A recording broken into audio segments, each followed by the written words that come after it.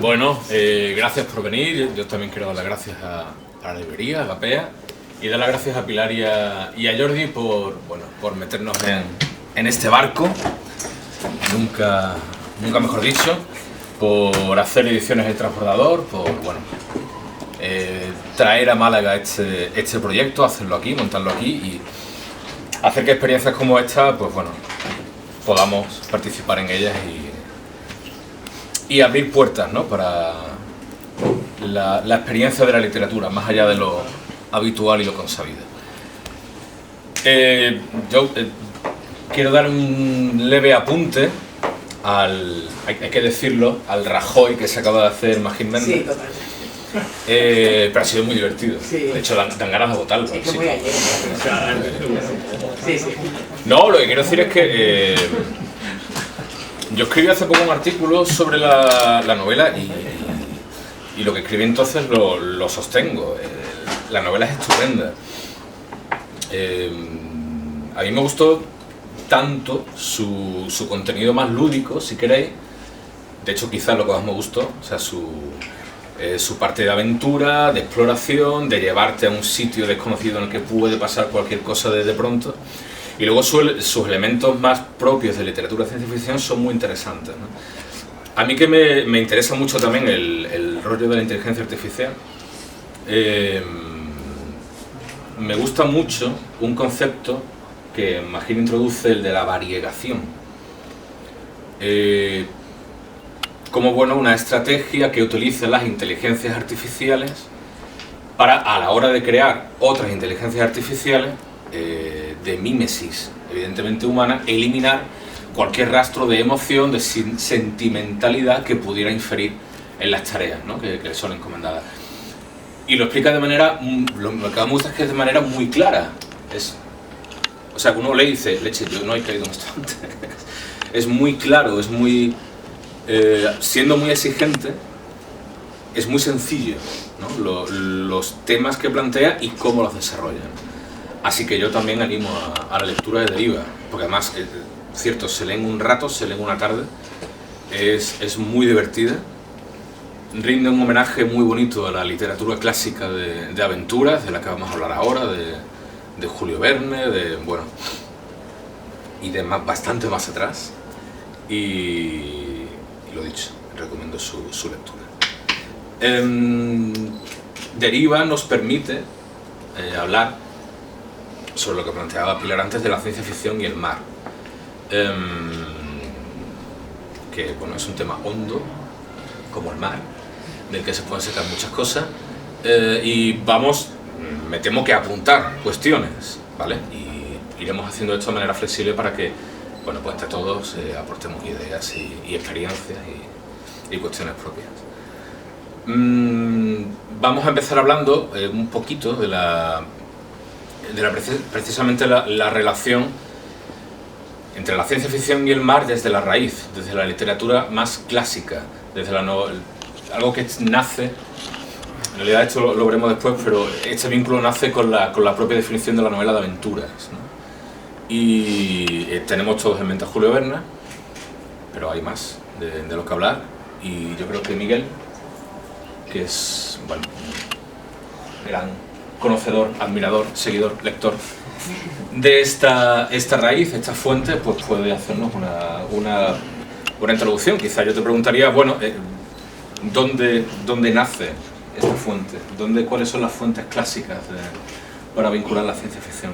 Es que claro, el problema es que la ciencia ficción, claro, como que género se naciera pues a la raíz de lo que hemos hablado, de Verne, Wells y demás, cerca ya, acabando el siglo XIX. Entonces, claro, la cosa es que lo que es la narrativa marítima, de viajes, la peripecia, el periplo, está desde el comienzo de la historia de la literatura escrita. Entonces, claro, si empezamos hablando de aventuras, pues nos podemos retrotraer, pues si estamos hablando de una época en la que de hecho lo que es el pueblo leía y muchas veces no viajaba o no conocía mucho, y muchas veces se basaba en lo que leía en los libros, que era lo que digamos, la difusión más fuerte. La literatura de viaje es algo que siempre ha sido importante para para el lector clásico.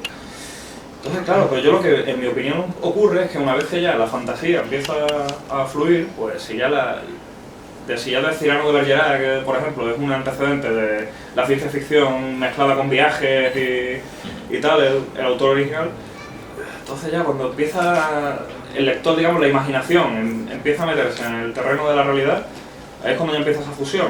Pues claro, digamos, si Julio Verne es la historia de un viaje, por ejemplo, 20.000 leguas de submarino, es un tratado sobre distintos lugares de la Tierra que se van recorriendo, sobre, bueno, a veces un poco árido, hablando de peces, algas, hidrofitos, zoofitos y tal. Pero claro, lo mete en un contexto de una cosa que digamos que es la ciencia ficción primitiva, que es el submarino del Capitán Nemo, el pirata científico. Entonces ya es cuando eso abrió muchas cosas. Y si anteriormente había, pues tenemos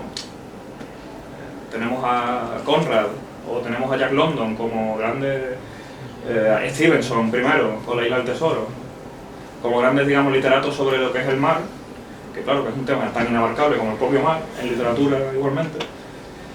Pues la explosión que supuso el tema de Verne en este contexto es lo que también es una influencia en deriva, como última, digamos, muestra de esta faceta.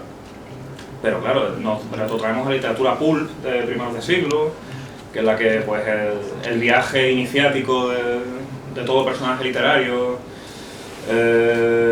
empieza ya a mezclarse con extraterrestres, con monstruos marinos, porque el mar además toda la vida ha sido el gran misterio, que no sabemos lo que hay debajo muy bien. Y es como ese mundo aparte que da para el escritor de pulp, de ciencia ficción, de fantasía, de literatura de género, pues le ha dado ese marchamo. Si hablamos también de, por ejemplo, de lo que he dicho, de la crónica marítima, hay cosas maravillosas, hay libros sobre la ballena, por ejemplo, que antes de Melville y su Moby Dick, que para mí Moby Dick es, digamos, no es una obra de fantasía, pero sí es una obra que lleva esa inquietud y ese misterio y esa fascinación por lo desconocido al terreno de los viajes, de la literatura de viajes. Yo creo que lo que habría que pensar es eso, que hay dos líneas convergentes que en Verne se unen. La literatura de viajes, digamos, el personaje, pues como el personaje que sale de su casa, que tiene que, digamos, aprender cosas, que va a la deriva en el mundo, que es algo que en el libro pasa. Los personajes al principio tienen una personalidad, pero poco a poco esa deriva parece hay que la deriva interior. Es también buscando un poco qué son en realidad. Sí. Sí. Y claro, pues tenemos a Jim Hawking en La isla del tesoro de Stevenson, tenemos a Ismael en Moby Dick, tenemos a muchos personajes de ese estilo.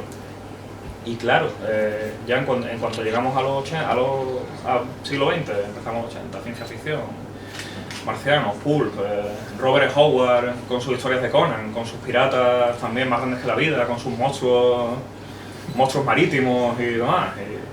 Y luego también, pues, si hablamos de pulp hay mucho, tenemos a Abraham Merritt con Los habitantes del espejismo, también es una obra marítima en la que hay, igual que también está el tema de las civilizaciones escondidas bajo tierra, está la civilización escondida bajo el mar. También hay obras de ciencia ficción al respecto muy interesantes. Y nada, un poco creo que por ahí sería el debate, porque claro, ¿en qué momento, en qué punto convergen esas dos vertientes? Lo cierto es que el mar no ha dejado nunca de ser un elemento complementario al espacio, claro, en la literatura de ciencia ficción como cosa desconocida, ¿no? Sí. Claro, porque si exploramos el universo, el mar estaba antes que el universo, entonces... Pero todavía no ha sido explorado en su totalidad. La protociencia ficción no podía explorar todavía muchos mundos galácticos, pero sí estaba el mar ahí, claro. Y si hablamos de, pues eso, de navíos escondidos, bestias marítimas, si nos alejamos de la fantasía, bueno, aunque es ciencia ficción también un poco, otro pionero es William Hodgson, que como autor de terror, pues sus relatos de terror marítimo, si no los habéis leído, los recomiendo vivamente, son también una exploración de eso, del marinero que se va a ver mundo. De hecho, él fue un marinero también y estuvo metido en un barco pasando la vida marítima, ¿no? Que nos podrán contar ahora algunos detalles seguro encantadores.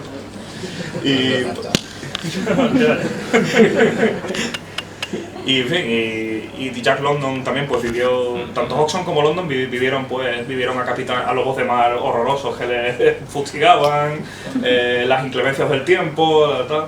Y bueno, Hodgson pues mezcló todo eso pues con lo que hay que mezclarlo, con monstruos marítimos, con algas que se mueven, con navíos fantasmas, y estamos hablando de eso, de comienzos de yo creo que ahí es la línea, es la que empieza, sí.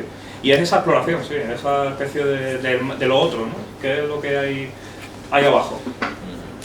Por cierto que este año justo se cumplen 150 años de la primera mención que hizo Verne del Nautilus, que fue en un artículo que salió un par de años antes de la novela.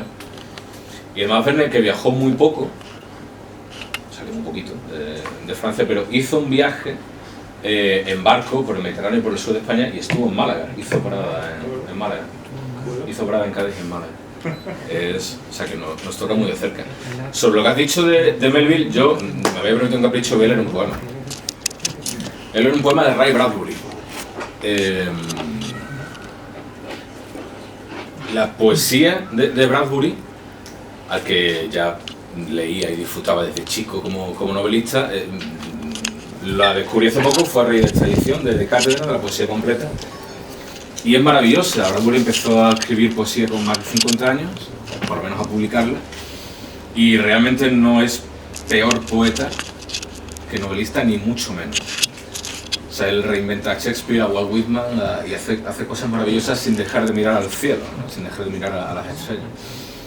Y en su primer libro, que es un retruécano de Walt Whitman, que se llama el libro La última vez que florecieron los elefantes en el jardín, del 73, pues publicó un poema que se llama A la vieja amiga de Ahab, también amiga de Noé, le toca hablar. Y os voy a leer un fragmento, ¿vale? El poema es muy largo, pero os voy a leer solo una paginita. Porque rinde cuentas al maestro Ray Bradbury, ¿no? Rinde cuentas y rinde homenaje y paga el tributo a Melville, ¿no? Hay una conexión muy bonita en la influencia de Moby Dick en los grandes escritores de ciencia ficción del siglo XX. Y Bradbury le escribe esto a Moby Dick. Por la noche, ella nada al alcance de mi vista y emerge como pesada corriente por mi mente y entra en las olas y se hunde en los sueños. Ella es y no es lo que parece. La ballena blanca, nueva en mi vida. Ahora me toma como su congénere escritor, su achacoso hijo, su esposa marido, su marido esposa. Nado con ella, me sumerjo, voy a sitios nunca vistos, y por allí me extravío, compañero de un callado jaleo de travesías, de corrientes y de mares bajo el mar. Me voy hundiendo, transportado hacia el amanecer. Luego, con un madero de carne, la vieja móvil le da la vuelta, me clava la mirada con un pálido y lúgubre ojo, como para decir, Dios te ata. Tu alma contra tu carne contra la mar sujeta la tierra con amorosas cuerdas de su propiedad.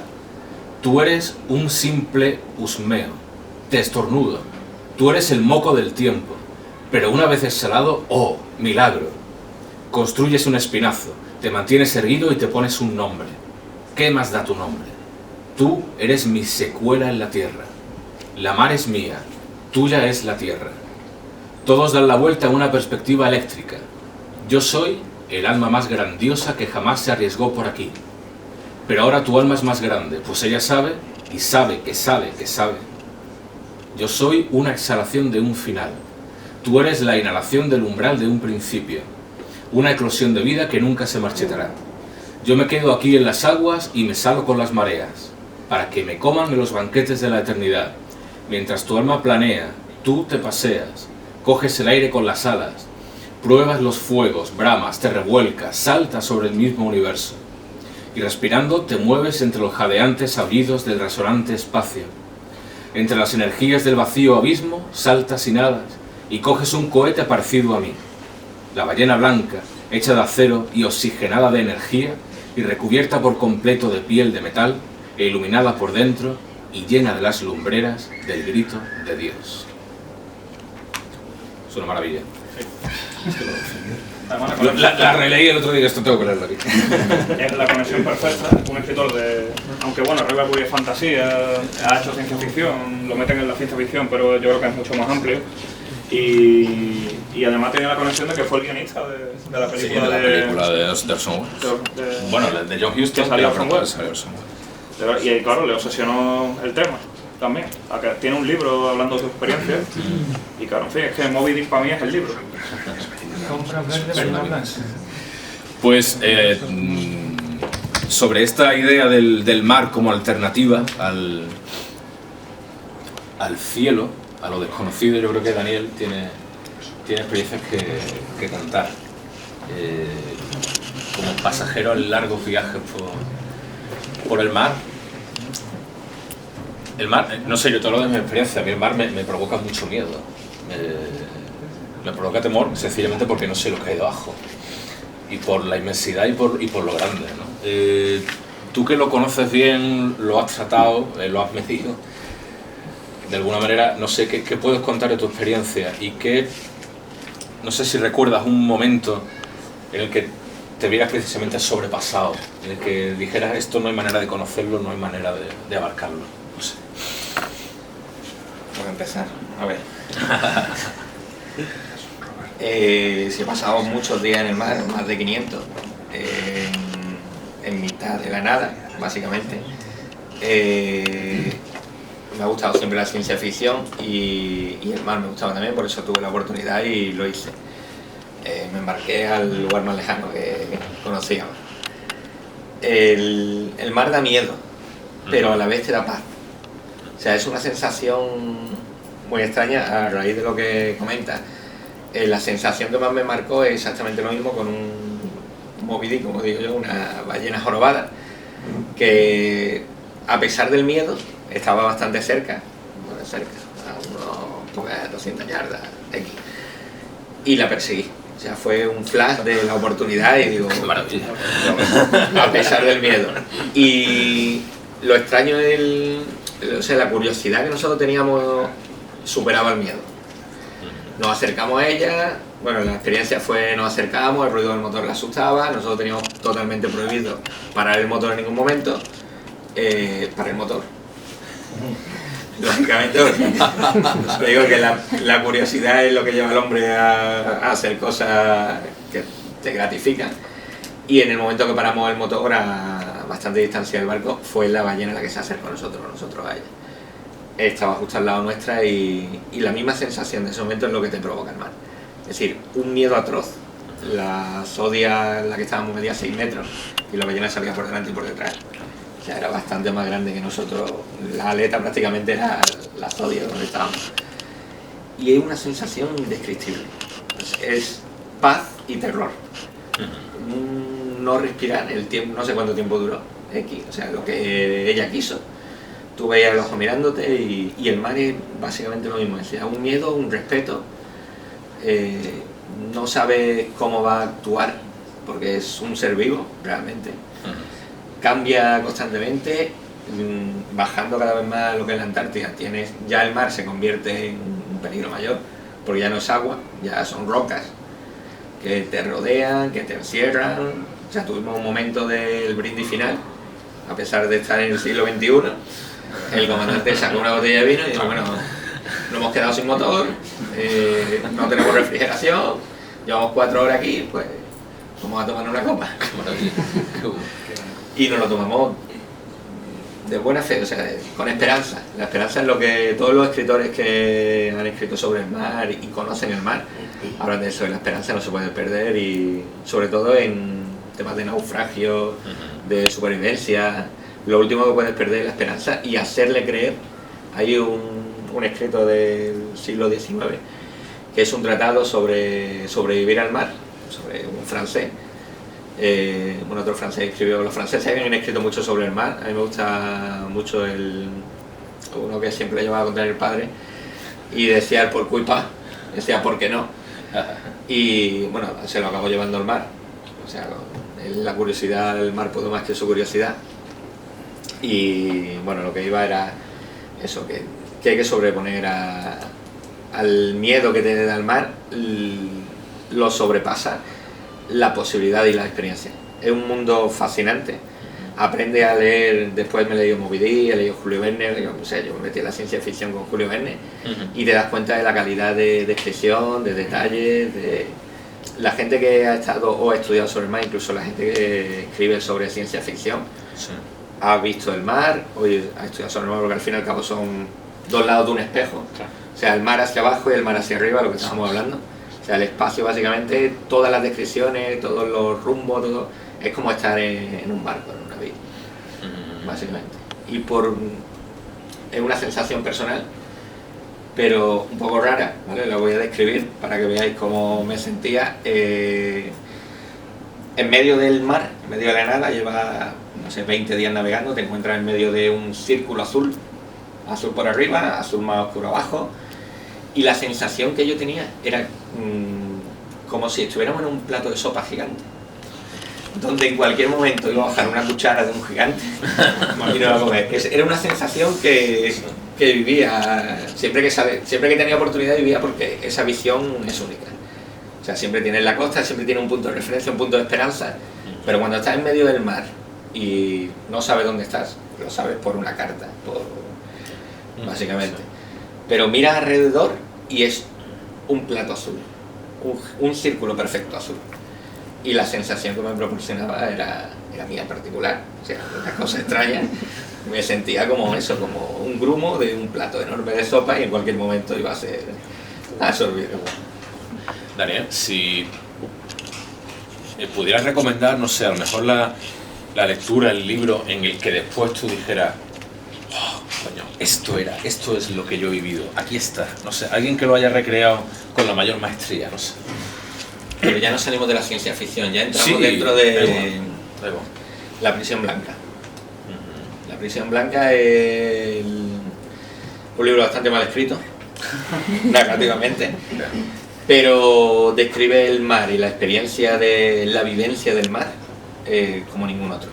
Me lo leí antes y me lo leí después, La vida de Shackleton, de cómo consigue que todos sus hombres sobrevivan en un espacio inhóspito y totalmente agreste. O sea, era imposible que sobreviviera. Por poner un ejemplo, aquello era todo diferente. O sea, yo era un chico de ciudad, que se me ocurrió la maravillosa idea de meterme en este mundo, y todo era sorpresa. O sea, te acercaba una foca leopardo, te atacaba, los pingüinos también te atacaban, el mar de pronto estaba tranquilo y de pronto el barco se ponía prácticamente a dar la vuelta. Es decir, decía, bueno, hoy me he salvado una vez, mañana me toca otra. O sea, 7 vidas, no, alguna más me habré llevado por allí. Y los veleros es sorprendente. O sea, una persona que vaya en un velero y cruce el Drake, bueno, leer cualquier obra ahora de un barco que cruza el Drake, lo ves de otra manera, totalmente diferente. Y una experiencia, tuvimos la oportunidad de ir en tierra de una base china en la península antártica. Casi todos los países tienen allí una zona. Dio la oportunidad, venga, pues vamos a la base china, tenemos 2 horas, vamos rápido. Y había unos postes muy raros, cada 1,5 metros más o menos. O sea, era muy extraño, unos postes. A la vuelta, en cuestión de... te asomas, como si te asomas a la puerta y dices, uy, parece que hay niebla. Y la siguiente frase, pues, dame la mano que no te veo. Nos dimos la mano y conseguimos volver al lugar de origen, dándonos la mano y cogiéndonos de los postes. Luego ya no preguntamos para qué era, o sea, no dijeron, para cuando cae la niebla de golpe. O sea, la niebla es dame la mano. El cambio del mar, de la temperatura, de bajar a menos 48 grados que llegamos a estar, los cambios son radicales. La temperatura media era 0 grados, o sea, se estaba bien, se estaba bien, entre comillas, pero en cuestión de segundos, de minutos y las vivencias que se ven, no desde mi punto de vista, porque nosotros íbamos más o menos equipados, Sí. entre comillas, pero veía gente que son verdaderos héroes de llegar allí, de ciertos espacios naturales.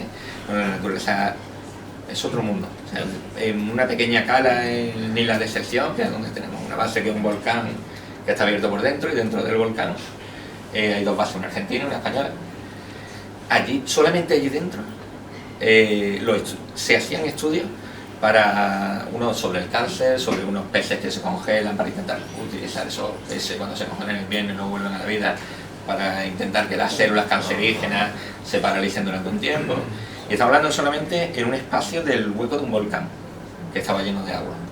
O sea, la cantidad de vida, a pesar de verlo todo blanco, azul y ya está, la cantidad de vida te lo contaban y decías, esto es irreal, o sea, estos son seres del espacio, de Lovecraft. Decía, estos son seres de Lovecraft, de tentáculos por todos lados, y daba terror, a pesar de ser la mayoría microscópicos, pero daba miedo pensar que no conocemos nada. O sea, hay un espacio debajo de la superficie y un espacio arriba. Eso es, claro, la ciencia ficción en su mayor parte promueve la idea de que está en el ser humano y es irrenunciable la inquietud y el impulso de conocer y de explorar lo que no se conoce, ¿no? El espacio es el gran ejemplo de esto, ¿no? A pesar de las críticas, en fin, por las inversiones y todo esto, y que mucha gente, bueno, pues ponga peros, ¿no? Pero parece inevitable que en la medida en que haya medios y se pueda, se va a seguir explorando el espacio. Entiendo que el mar es el mismo reto, ¿no? Entra en el mismo reto porque, como tú dices, no se conoce, aunque esté ahí, aunque lo tengamos tan cerca. Sí, lo tenemos, a ver, creemos que lo conocemos, pero es otro mundo absolutamente diferente al que creemos que conocemos y cambiante en cuestión de segundos, no estoy hablando, o sea, igual que digo el tema de la niebla, hablo de una bajada de temperatura de 20 grados en cuestión de minutos, es decir, que hay unos cambios radicales, de pronto hay un mar tranquilo y de pronto te avisan, existen las olas solitarias que se llaman, y te avisan y ves una ola enorme y el primero que la ve avisa e intenta virar el barco para que no te dé la vuelta. O sea, tú estás en el mar tranquilo, ves una montaña de agua y dices, Dios mío, ya no está, fue bonito. Pero es una experiencia, a pesar del miedo, la curiosidad, la felicidad y el bienestar que te produce el mar supera siempre el miedo. Si me permite, con respecto a la prisión blanca, Yo no hay que decir digo, que aunque lo que tú dices que estabais equipados y demás, aún así es complicado. O sea, habrá que ver también a Shackleton a primeros de... Sí, fue un absoluto desastre, no se dejó guiar, en vez de llevar perro llevó pony... Sí. Entonces empezamos... Pero eran burras. Nos dejamos unos cuantos aquí asentados, nos vamos a dar con el barco, Vamos a saltar el hielo de un lado a otro. Sí. Eso fue un absoluto desastre, solamente que Shackleton era un ser brillante. Hay una escena de la obra que, o sea, la he leído, pero todo el que hemos leído la hemos vivido, alguna escena, y el hombre toma la posición, o sea, se dirigía a Isla Livingston, que estaba en teoría cercana, estaba a 45 millas aproximadamente, que son distancias considerables cuando el mar te mueve de lado a lado, y normalmente para tomar un punto, a mí me enseñaron a tomar un punto y yo menos de media hora no lo he hecho jamás. O sea, con el sol y el barco, entre comillas, quieto. Ese hombre, cuando veía un haz de luz, se explica cómo lo cogen en proa y le agarran las rodillas para que no se mueva, se pone en proa y de pronto ve un haz de luz, ¡pam! Ya tengo el punto. Y dice, imposible, o sea, me ha hecho la raíz de 3654 en 0,01 segundos, o sea, y lo hizo. O sea, hay cosas que son irreales y eso, la esperanza y las posibilidades del hombre siempre superan. Pero es absolutamente, es de ciencia ficción lo que vivieron realmente. Con respecto a lo que dices de las criaturas que parecen alienígenas, los primeros extraterrestres que aparecen en la literatura tienen una inspiración muy marítima, ¿no? Entiendo, no sé, parecían pulpos, ¿no? Con sus tentáculos o eso. Volviendo a la ciencia ficción, Fran, háblanos de naves, de barcos, de monstruos, háblanos de lo que tú quieras. ¿Cuál es en el género más puro y duro, cuál es la conexión que tú ves con...? Yo venía solo a decir que las naves espaciales son barcos y me iba. Pero desarrollarlo un poco más. Claro, son barcos, joder. No, pero grullada, pero siempre... Bueno, que diga eso está bien, pero sí que hacerlo. Yo creo que siempre que se piensa en el género de la ciencia ficción, se piensa en el espacio. ¿Verdad? Que es muchísimo más el género que todo eso, pero el espacio yo creo que es la metáfora definitiva del mar. Por ejemplo, ya lo dijo Carl Sagan, que vivimos a la orilla del océano cósmico y el hombre se enfrenta al mar, como se enfrenta al espacio, como decía Dani, lleno de curiosidad y inventiva. Entonces, las naves son barcos, yo creo que las palabras tienen poder, solo con las denominaciones a las que nos enfrentamos cuando hablamos de una nave espacial, pues la Enterprise tiene barquilla de estribor, tiene cubierta, tiene puente de mando, lanza torpedos. Yo quizás tenía que meterlo a algún lado. Evidentemente. De hecho, en este sentido hay un capítulo muy famoso del trate de la serie original, que se llama Equilibrio del Terror. Y es uno de los grandes capítulos porque la Enterprise actúa de barco de superficie y se enfrenta con una nave romulana que tiene un dispositivo de ocultamiento y actúa de submarino. Entonces, una batalla entre dos capitanes que ni se ven ni se conocen ni saben quiénes son, solo saben que hay dos que tienen que luchar por su supervivencia. De hecho, ese capítulo luego fue imitado en Star Trek 2, en la ira de Khan. Pues tiene una conexión muy potente con el No sé, la relación de los nombres a mí siempre me llama muchísimo la atención. Por ejemplo, única, la forma de nombrar a las naves espaciales tienen significado. En cuanto a las Para civilizaciones y a la Conrad, historia, el el desarrollo Astraco, la propia de Enterprise, Málaga como Beagle, ciudad marítima, un Beagle espacial que se dedica el puerto de Málaga a una es especie extraterrestre. el único puerto Eso siempre me parece muy que ha recibido interesante. Málaga como ¿Por qué digo todo eso? Porque el espacio, como el mar, es extrapolable.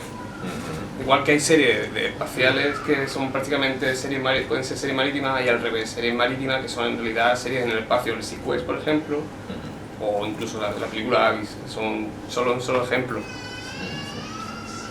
La forma de, no sé, el hecho de que el hombre se enfrente de esa manera al espacio es como un reflejo porque, por ejemplo, se enfrenta a un océano que es inexplorable o que no tiene límites. Yo creo que el salto de la ciencia ficción al espacio después del mar se produjo cuando ya se había explorado todo globalmente el océano. Es verdad que todavía queda muchísimo por descubrir, pero siempre queda ese salto de la presión de la imaginación del mar en el ser humano. No sé, por ejemplo, hay otra película que es Europa Report, que es una expedición que viaja a la luna de Júpiter de Europa para investigar un océano interior dentro de la propia luna. O sea, es como un océano dentro del océano, es como deriva. Y se encuentra que al final hay un ser monstruoso del espacio que les ataca. Pero ese ser no deja de ser otra cosa que un ser biológico. Pues así yo creo que era la exploración marítima. O sea, te enfrentabas al mar con la leyenda de aquí hay dragones y lo que era un monstruo al final simplemente era una orca de mar. No sé. Bueno, llegará un momento además en que la exploración espacial sea también una exploración marítima, ¿no? Claro. Yo creo que en Europa, ¿no? La luna de Júpiter, ¿no? Donde dicen que puede haber vida y tal, ir allí implicará hacer una exploración marítima. No solo eso, sino diáspora de seres humanos. O sea, yo creo que el espacio va a ser como el mar. Entonces, algo muchísimo más inabarcable, pero no deja de ser lo mismo. Yo creo que me gusta pensar que la humanidad no cambia. O sea, que como individuos nos enfrentamos a los hechos históricos que nos ha tocado vivir, pero nos enfrentamos con los mismos sentimientos de base, digamos, con los que partió una persona en 1400. Creo que vamos a conquistar el espacio y que creo que la ciencia ficción explora en ese sentido, como, no sé, como Cristóbal Colón cruzó el Atlántico, como los peregrinos cruzaron el Atlántico, cada uno con su sueño, con sus metas, y enfrentado eso al miedo, con la curiosidad. O sea, me parece a mí la relación más clara que hay entre la ciencia ficción, el mar, el ser humano en realidad. Le pone... Oye, y los monstruos marinos como trasuntos de extraterrestres, ¿no? No sé, la serpiente marina. Precisamente lo que he comentado, sí, Fran, del tema del más allá de dragones, más allá de monstruos, cuando todavía en la cartografía no estaba claro los límites de lo que había. Pues muy claro. Si hablamos de alienígenas y hablamos de monstruos marinos o animales marinos no conocidos, pues la obsesión y el desconocimiento era el mismo. Y muchas veces veías grabados en los que la gente hacía dibujos de ballenas y veías pues, con cuernos, con unas escamas que parecían armaduras, etc. Nadie había visto muy bien una ballena entera, no sabía cómo era. Y claro, en ese sentido es el miedo, esa obsesión a lo desconocido, ¿no? De los monstruos que comentaba. Sí, no sé, o Godzilla, ¿no? Claro. Bueno, Lovecraft. El desconocimiento, el miedo, claro, sí, ese ejemplo iba a poner exactamente. El propio Lovecraft, cada uno enfrenta lo desconocido desde muchos puntos de vista, la esperanza, el miedo. Pero es verdad que el mar excita la imaginación. Voy a contar una anécdota que contamos el otro día. Hace un par de años, bueno, yo voy a veranear, tengo familia allí a Almería, la provincia de Almería, y estábamos en Villarico, ¿vale? En la playa. Y entonces apareció un bicho parado, muerto, feo, enorme, 5 metros y pico, una especie de serpiente contrahecha, pero tenía escamas, una cosa muy fea.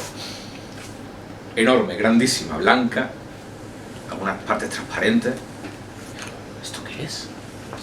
Nadie sabía qué puñeta era aquello. Inmediatamente alguien pensó, Villarico está al lado de Palomares. De hecho, Villarico y Palomares son dos pedanías del mismo municipio, como el de Manzora. Se dijo que se llevaron de allí la bomba atómica, pero allí hay unas radiaciones, allí no se puede sembrar nada, y de hecho dicen que quedan otras 2 bombas atómicas allí abajo, ¿no? Y de inmediatamente, claro, esto es un boquerón que ha pasado por aquí, radiación brutal y ha pasado esto, ¿no? Ahí estábamos, ¿qué hacemos? ¿Qué hacemos con el bicho? Yo propuse hacerlo en adobo, no olía muy bien, así que lo enterraron. Salió en la prensa, se le verá foto, ¿qué es esto? ¿Qué es esto? Hasta que salió un biólogo, lo fastidió todo. Esto es un pez remo. Y dijimos, joder. No tenía nada de extraño, el pobre animal se había perdido a la profundidad. Pero de repente, es decir, la tesis Palomares la cogió todo el mundo. Era maravilloso pensar que aquello podía haber creado aquel monstruo, en plan Godzilla, ¿no? Yo creo que hoy día el mar se afronta con la ciencia, o sea, todo el día se afronta con la ciencia, pero no se puede olvidar el peso de esa masa de agua que ha tenido sobre la imaginación de tantísimas generaciones de ser humano. Entonces yo creo que eso al final se nota mucho. Eso y que el ser humano se enfrenta a un elemento que no es suyo, que no es natural. Tanto como el espacio como el mar no son elementos, se tiene que estrechar para explorar y salir o simplemente para sobrevivir. Entonces eso al final te remueve tus mayores miedos. El miedo atávico yo creo que de especie, que se puede ahogar simplemente. Oye, ¿y planetas en la historia de la literatura de la ciencia ficción que tengan una conexión marítima, una historia marítima? El otro día hablábamos, por ejemplo, a lo mejor por afirmación de Solaris, ¿no? el planeta de Lem. A mí me gusta mucho porque el Lem, para crear algo que es completamente desconocido, que es una inteligencia que se comunica, un planeta inteligente que se comunica con el astronauta, el Kelvin, y lo despista por completo, lo que hace es convertirlo en un mar. Y el mar adopta formas, tiene es un comportamiento imprevisible y además se comunica. Es decir, que Lem opta por eso para hacer del Solaris algo completamente, no ya desconocido, sino imposible de conocer. Es decir, que por más que se explore, por más que no podemos saber qué es eso. Y luego también hablábamos por negación de Dune, ¿no? El planeta Dune, que es un mar de arena donde no hay una gota de agua y sin embargo tiene un comportamiento parecido, ¿no? Con sus oleajes, con sus... No sé, ¿qué otros planetas? Lo de Solaris también está interesante por el tema de la desolación. Que imagino que también se puede sentir, sí, exactamente, que además Lem era muy de hablar de aislamiento, del ser humano. Claro, hombre, lo primero que se le aparece a él es su mujer que se ha suicidado. Imagino que la soledad debe pesar en algún momento, ¿no? No sé, sí. Aunque nunca estéis solos o nunca se viaje solo. Sí, a ver, la soledad es permanente, pero disfrutar de la soledad, porque es una soledad de paz. Entonces, es verdad que saca todos los sentimientos, aflora todo, porque la soledad obligada durante mucho tiempo hace que saque los sentimientos, pero la paz que te da el mar te lleva a la calma. Una vez que aprendes a convivir y a disfrutarlo, si aprendes. Es verdad que hay gente que no sabe disfrutarlo, con lo cual le pesa como una prisión y bueno, había que desembarcarlo y llevarlo a tierra. ¿En tu viaje alguno perdió los nervios? Sí, todos perdimos alguna vez los nervios, me incluyo. Ocurrió el día de Nochebuena, me tocó a mí. Perdí un poco. Es que son muchos días constantes y es un mundo diferente. O sea, aunque esté en un espacio cerrado, imitando a un hábitat, no lo es. Es una imitación de un hábitat con una serie de personas que convives constantemente y tienes que convivir constante con una serie de gente obligado y esa soledad y ese distanciamiento de tu mundo real habitual te hace perder alguna vez la cabeza. Controlable todo el mundo, o sea tenemos humanidad, pero todos hemos perdido alguna vez los papeles y lo hemos entendido. Lo hemos entendido de la otra parte porque sabes que estás en un entorno diferente y la solución para todos, incluido todos, si vomitabas salía a cubierta y veía el mar, y si perdías los nervios salía a cubierta y veía el mar. O sea, es la misma solución. O sea, el mar te transmite miedo y paz. Las dos cosas a la vez. En la nave espacial no lo tienen. Y una de las mayores preocupaciones no puedes salir de la exploración espacial. Que estar confinado durante meses y meses sin poder salir a nada. Ni siquiera tomarte a... Sí, pero las naves tienen la ventaja de la hibernación. Eso hace que los peces de Dani no... Bueno, oye, si os parece podemos abrir un poquito el coloquio. Por si alguien quiere decir algo. Esto ya merece que continúe con una cervecita. Muchas gracias, gracias a la alegría, gracias a